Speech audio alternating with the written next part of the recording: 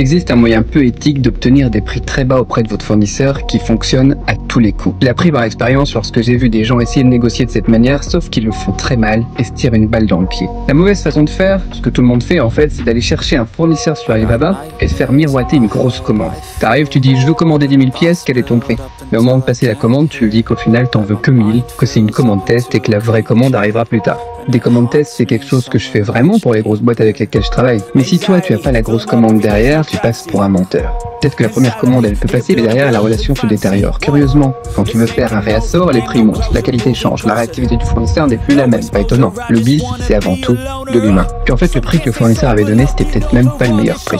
La bonne façon de faire, c'est pas super éthique encore une fois, mais ça serait plutôt étape 1, créer un faux compte. Un avatar qui n'a rien à voir avec ta boîte. L'avatar est acheteur pour une grosse boîte dans la thématique du produit. Étape 2, tu contactes le fournisseur sur un site 88 avec cet avatar. Pas sur Alibaba, parce que les grosses boîtes, généralement, elles ont des sourceurs. Ceux qui connaissent vraiment leur métier source à la source. Étape 3, tu demandes au fournisseur sa capacité de production mensuelle maximum.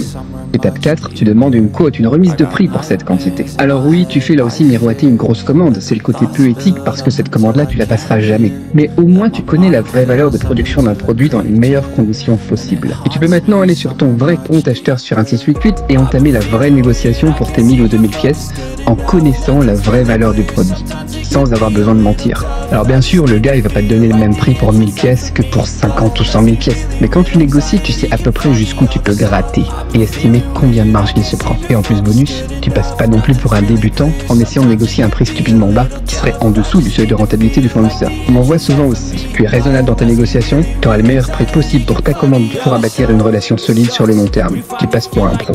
Non, tu es un pro.